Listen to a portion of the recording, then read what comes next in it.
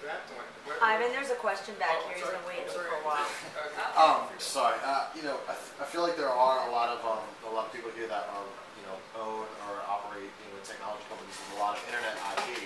But how is common law and IP law transitioning to like incorporate internet, you know, based ideas and business practices when, you know, you can't patent a delivery method or a business practice?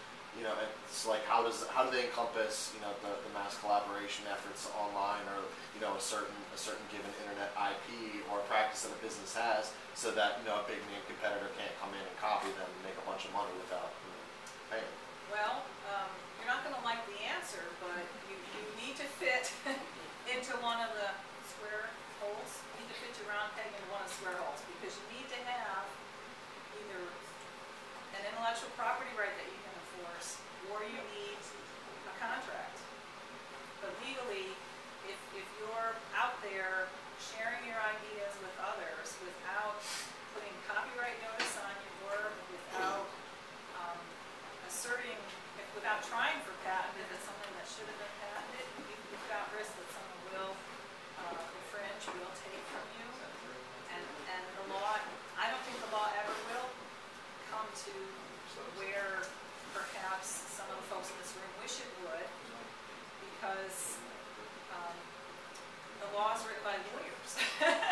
and so the law looks at what we call stare decisis, treating people the same as we did previously.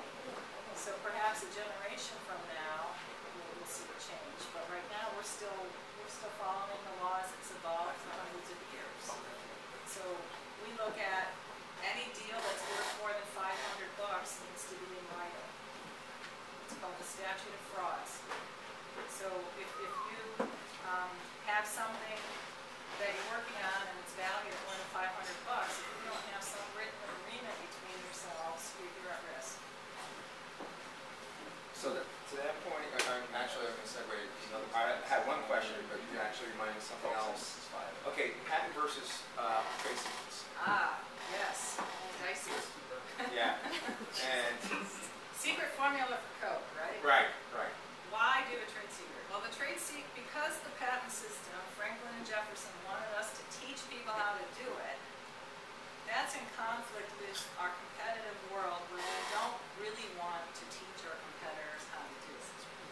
So a good patent attorney is going to also look at your innovation and see if there's opportunities to teach someone how to make and use it, but maybe hold back a little.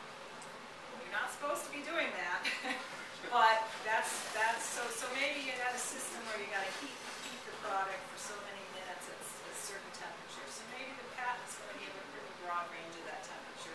You know the sweet spot's 100 degrees C.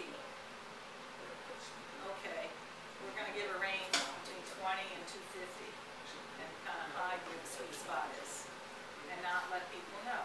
But to have trade secret protection, you need to make sure, it sounds stupid, but you have to have security measures in place. So the big companies have sign in and get the guard, and you don't let people go where they can't be unescorted. You have to have the records locked up. You can't leave them out where anybody can see them. You can't go to the Concord Mall and be talking about trade secrets for whoever will walk by. And once the secret, whether someone did it with a bad motive or not, but once the secret's no longer secret, it's lost. There's no value anymore. So as soon as you have a bad egg who goes and gives your competitor, hey, it's 100 degrees, you have a lawsuit against them if you have an employment agreement with them, but the trade secret value is lost because it's no longer secret. So patents have a limited term, 20 years. Trade secrets could potentially be forever, so long as it's kept secret. But, you know, the secret formula for Coke, I don't know, is it really that secret? But maybe it is, and they make a big deal about it. So no, they limit who knows it. To that point, have you advised, I mean, you've run into a situation and said, okay, I'm advising you not to do a patent, maybe just do a trade secret.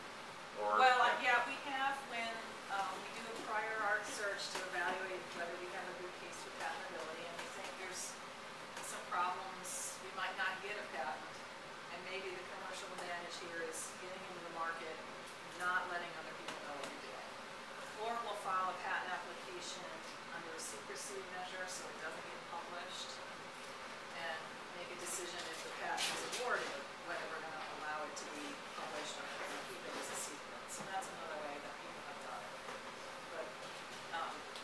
certainly recommend to clients to keep security measures, and if they have the new piece of equipment, certainly before a patent decision is made, cover it over at night if you can.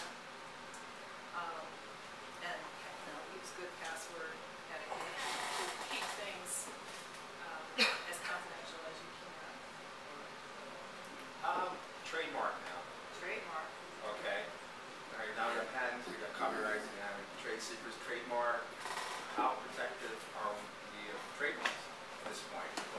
Well, trademarks isn't really, it's your brand identity. People know what to expect when they buy Tylenol, and that's something